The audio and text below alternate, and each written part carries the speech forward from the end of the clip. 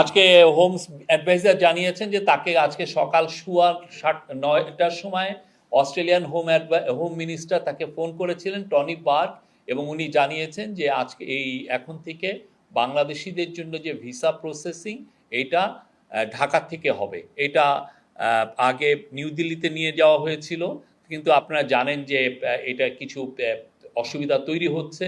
তো সেই জন্য অস্ট্রেলিয়ার তরফে কালকে অ্যাম্বাসাডার জানিয়ে গিয়েছিলেন, আজকে অস্ট্রেলিয়ার হোম মিনিস্টার, আজকে আমাদের home adviser lieutenant general Jahangir Alam Chowdhury তাকে ফোন দিয়েছিলেন। এবং এটা আপনারা জানেন যে গত 31শে অক্টোবর টনি বার্গ বাংলাদেশে এসেছিলেন, তখন তার সাথে চিফ অ্যাডভাইজারের কথা হয়েছিল। চিফ অ্যাডভাইজার এই অনুরোধটা করেছিলেন যে যাতে বাংলাদেশের মানুষরা, বাংলাদেশের ন্যাশনাল যাতে ঢাকা থেকেই ভিসা প্রসেসিং করতে পারে।